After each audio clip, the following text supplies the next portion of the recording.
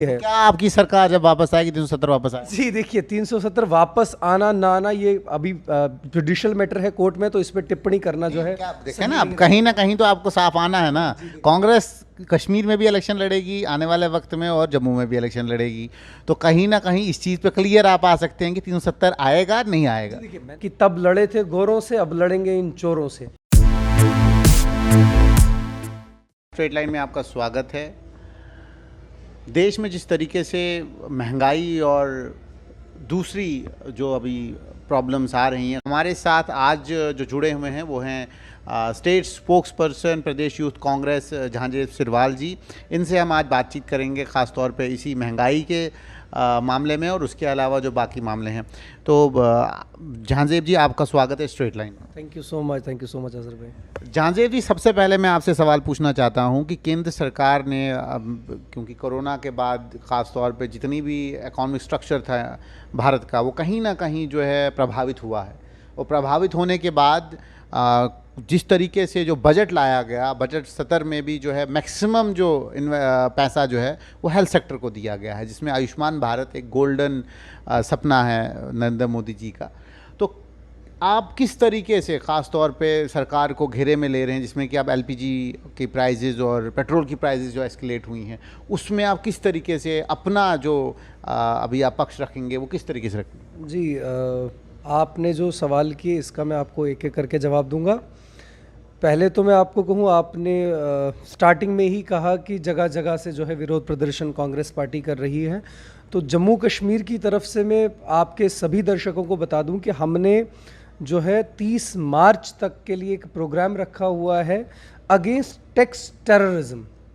हमने स्पष्ट तौर पे इनके इस पूरे प्रोसीजर को, इस पूरी प्रतिक्रिया को, जिस तरह से ये लगातार देश की जनता को दबाने का काम कर रहे हैं, स्पेशली जम्मू कश्मीर के लोगों को दबाने का काम कर रहे हैं, तो इनकी इस टैक्स वाली नीति को जो है हमने टैक्स टेररिज्म का नाम दिया है।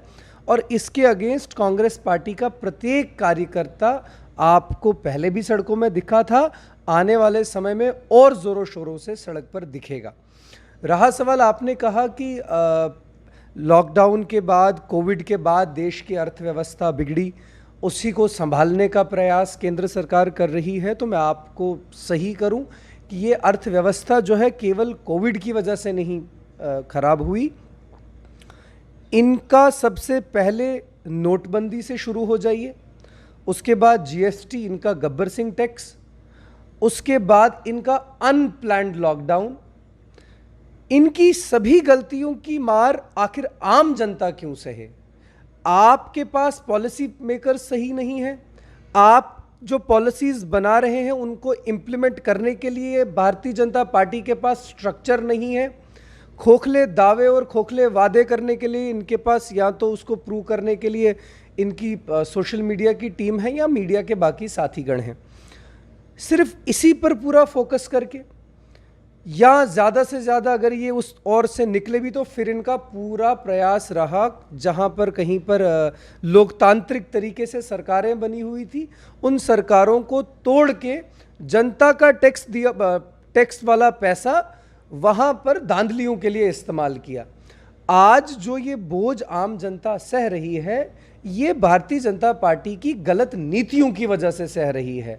ये आप सारे इसका सारा अर्थव्यवस्था का बांडा जो है एक्ट ऑफ गॉड करके, जैसे निर्मला सीतारमण जी ने कहा था, एक्ट ऑफ गॉड करके भगवान के सर पर मत फोड़िए। ये आपकी नाकामियां हैं। आज अभी सुबह की मैं प्रेस कॉन्फ्रेंस देख रहा था जिसमें हमारी फाइनेंस मिनिस्टर साहिबा कह रही थी कि हम इस समय धर्म संकट में हैं। अरे ये अधर्मी कहाँ से धर्म संकट में आ गए? आपने गब्बर सिंह टैक्स कहा, गब्बर सिंह टैक्स तो आप ही ने बनाया, आप की सरकार ने बाज़ाब्ता उसको बनाया, उसके बाद आपने जो है लाया नहीं वो अलग बात है, लेकिन अगर मोदी सरकार ने उसको लाया तो उसमें क्या ही ऐसा हुआ? उसमें तो टैक्स ही उसूला गया ना। मैं आपको कहूँ, एक होता है कि कोई चीज़ लानी, फिर उस लाने पे देखिए, मुझे आप एक चीज़ बताइए कि देश की सरकारें बनाता कौन है? जनता। आपको सत्ता ग्रहण करवाता कौन है? जनता। अगर जनता का किसी भी चीज़ को लेकर रोष आक्रोश जताती है तो आपका बहैसियत उनके रिप्रेजेंटेटिव ये फ़र्ज़ बनता है कि आप उनकी आवाज़ को सुने। हम एक लोकतांत्रिक देश में रह रहे हैं। कहीं ना कहीं ये नहीं लगता है, क्योंकि मोदी सरकार ने जितने भी अभी तक फैसले लिए हैं, वो 370 को रिवोक करना हो, वो राम मंदिर बनाना हो, मतलब वो चलो कोर्ट की जजमेंट थी, या जीएसटी लगाना हो, डिमोनेटाइजेशन लगाना हो, नहीं आपको लगता नहीं कहीं ना कहीं ये सरकार जो है प्रतिबद्ध है, जो डिसीजन लेते हैं उससे पीछे हटते नहीं हैं? कहीं कांग्रेस कहीं ना कहीं उन चीज़ों में कमज़ोर थी, कभी भी जो है फुल मेजॉरिटी में नहीं आती थी, टुकड़े टुकड़े जमा करके सरकार बनाती थी। तो उसमें कहीं ना कहीं आपको ये नहीं लगता है कि भाई आपको मुश्किल होती थी, कोई भी बिल जब आप लाते थे उसके ऊपर जो है बहसें होती थी, और उसके बाद कभी कभी वो पास होते थे, कभी कभी नहीं होते थे? तो इसलिए आपको ये नहीं लगता है कि अगर ये सब कानून कहीं ना कहीं इनिशिएशन तो आप ही की है, क्रिएटिविटी तो आप ही की थी बैक एंड पे, अब फ्रंट एंड पे जो है उन्हें लागू कर दिए? जी देखिए, तो आपने कहा कि आपको प्रॉब्लम कहाँ पर होती थी, मैं बताऊं हमें प्रॉब्लम कहाँ पर नहीं होती थी। जब भी देश में कोई डेवलपमेंटल इशू की बात होती थी तो कांग्रेस को कभी प्रॉब्लम नहीं होती थी। कश्मीर का भारत के साथ विलय कराने में कांग्रेस ने ना कोई सोचा, कदम लिया और ठोस कदम लिया, और आज कश्मीर भारत का हिस्सा है तो ये कांग्रेस पार्टी की वजह से है, ये हमारी मेहनतों का। 370 तो हटाया बीजेपी ने। जी देखिए, 370 हटा, मैं आपको कह रहा हूं कि अनडेमोक्रेटिक मैनर में अगर कोई फैसले लिए गए तो वो उनकी गलती है। क्या आपकी सरकार जब वापस आएगी 370 वापस आएगी? जी देखिए, 370 वापस आना ना आना ये अभी जुडिशियल मैटर है कोर्ट में, तो इस पर टिप्पणी करना जो है, देखें ना, अब कहीं ना कहीं तो आपको साफ आना है ना। कांग्रेस कश्मीर में भी इलेक्शन लड़ेगी आने वाले वक्त में, और जम्मू में भी इलेक्शन लड़ेगी, तो कहीं ना कहीं इस चीज़ पे क्लियर आप आ सकते हैं कि 370 आएगा नहीं आएगा। देखिए मैंने आपको कहा कि जो भी मसला देश के न्यायालय में चला गया उस पर टिप्पणी करना जो है किसी भी हिसाब से सही नहीं रहता है। आने वाले वक्त में क्या होता है ये आने वाला वक्त बताएगा। पिछली बातों पर जहाँ मैंने आपको कहा कि अगर हम रिस्ट्रिक्टेड रहें इनके कामों को लेकर, इनके डेवलप, क्योंकि देश आज उस स्थिति में है, आप देख लीजिए देश का प्रत्येक नागरिक महंगाई की मार झेल रहा है। आपने देश के नागरिक को सपने दिखाए थे कश्मीर में ज़मीनें देने का, जिस देश के नागरिक के पास आज ऑटो रिक्शा में जाने का पैसा नहीं, देश के नागरिक के पास अपनी गाड़ी में तेल डालने का पैसा नहीं। अभी आपने पिछले दिनों नारा सुना होगा, अक्कड़ बक्कड़ बम्बे बो, पेट्रोल 90 डीजल 90 पेट्रोल 100 में लगा दागा, एलपीजी उछल के भागा। ये तो इन्होंने देश की हालत कर दी है। आपके ज़माने में भी जो है एलपीजी के प्राइजेस कुछ राइज हुए थे, और ख़ास तौर पे तेल के प्राइजेस भी कुछ राइज हुए थे, और उसमें आपने भी कहा था कि इस पे जो सब्सिडी है वो हम ख़त्म करने जा रहे हैं, और अब जो है ये तेल कंपनियां ही डिसाइड करेंगी कि प्राइजेस कितने रहेंगे। लेकिन दुखद बात ये है कि जो हमारा अभी आंकड़ा ये कह रहा है कि इसके ऊपर एक्साइज ड्यूटी बहुत ज़्यादा सरकार लगा रही है, बाकी बैक एंड से तेल बहुत कम है, कम पैसे से आ रहा है। उसमें किस तरीके से आप सरकार को घेरेंगे? अभी तक वो चीज़ नहीं दिखी कि आपके पार्लियामेंट में जो है कांग्रेस ने बाज़ाब्ता शोर उठाया होगा कि एक्साइज ड्यूटी क्यों ज़्यादा है। स्टेट की एक्साइज ड्यूटी आपने अगर देखोगे तो 22 से 25 रुपये अभी लग ले रहे हैं। बताइए मुझे, राजस्थान में खास तौर पर आपकी सरकार है, वहाँ भी आप, आज राजस्थान सरकार ने उसमें कटौती की हुई है जो आप मीडिया चैनल्स पे ज़्यादा देखेंगे नहीं। मैं आपको बताऊं कि आप कटौती की है 2 से 4%। तो अगर आपकी सरकार पंजाब में भी है, वहां पे कितनी? जी देखिए, मुझे आप एक चीज़ बताइए, पंजाब सरकार का फैसला मैं यहाँ बैठे बैठे नहीं सुना सकता हूँ। मुझे आप ये चीज़ बताइए कि आपने वन नेशन वन टैक्स का नारा तो दे दिया, पेट्रोल डीजल को उस दायरे में क्यों नहीं ला रहे हैं? इसलिए नहीं ला रहे हैं क्योंकि आपने पेट्रोल डीजल जो है अपने उन्हीं पिट्ठू अडानी और अंबानी को देना है। आपने देश को जिस तरह से हो सके, भारतीय जनता पार्टी का एक ही काम है, जिस तरह से हो सके देश के आम नागरिक को मार, और अडानी और अंबानी को जो है आप बाकी सारी चीजें हवाले करके दे रहे हैं। अडानी अंबानी तो आपके दौर में भी जो है बहुत सारे कॉन्ट्रैक्ट आपसे लेते थे। जी देखिए, अडानी अंबानी का कॉन्ट्रैक्ट लेने देने से कोई वास्ता नहीं है, आप कॉन्ट्रैक्ट देने की प्रतिक्रिया चेक कर लीजिए। और आज जिस तरीके से हो रहा है, कम से कम हमारे दौर में लाल किले की प्राइवेटाइजेशन नहीं हुई थी। हमारे दौर में इंडियन ऑयल था, इंडियन ऑयल अडानी कंपनीज नहीं था। हमारे टाइम पे एसेंशियल गुड्स को जमाखोरी करने की परमिशन नहीं थी। हमारी हर एक पॉलिसी जो है देश के आम नागरिक के लिए होती है। देश का कितना युवा आपके साथ जो है इस विचारधारा से जो है इत्तेफाक रखता है और इस विचारधारा के साये के तले चलता है?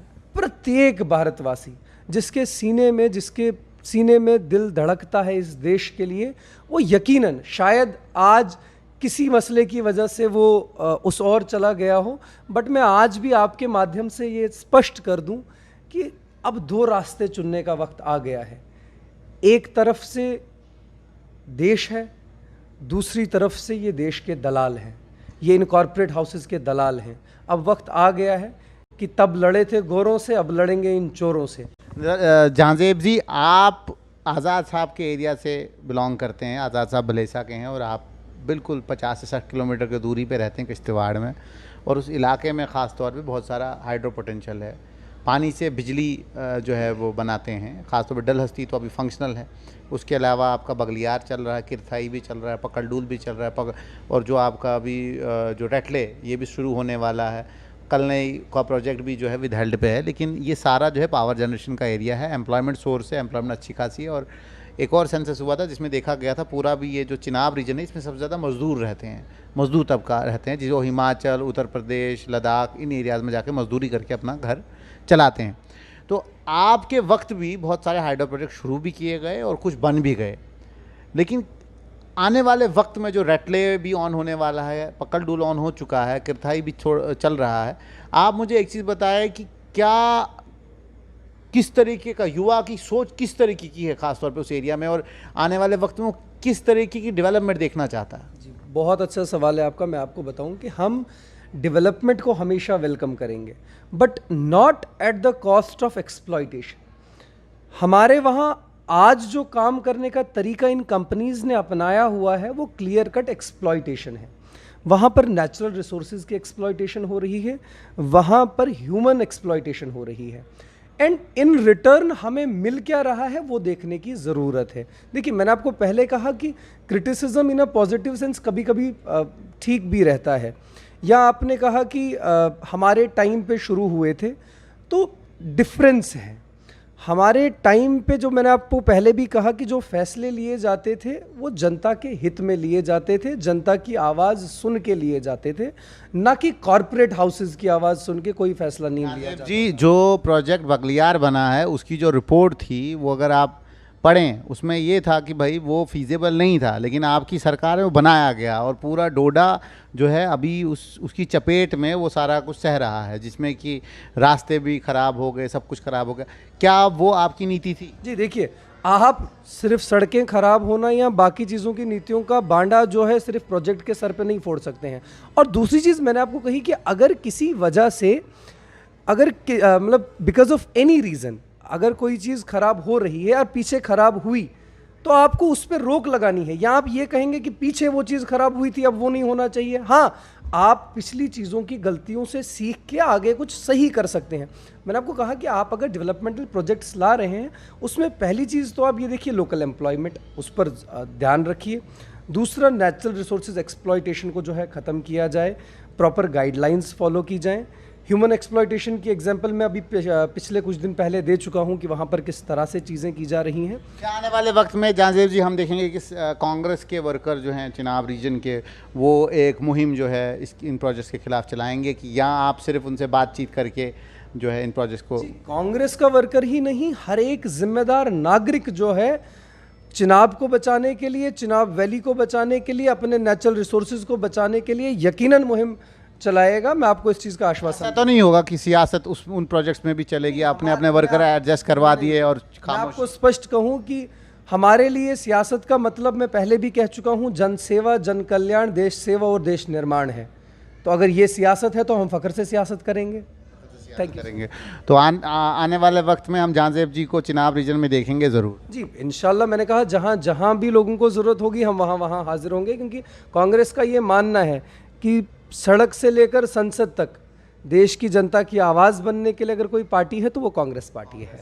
ये थे हमारे साथ जहाँजेब सिरवाल जी, और आगे भी इनसे मुलाकात करते रहेंगे और जानते रहेंगे कि कांग्रेस पार्टी आगे क्या करने जा रही है, किस तरीके से सरकार को घेरे में लेती है।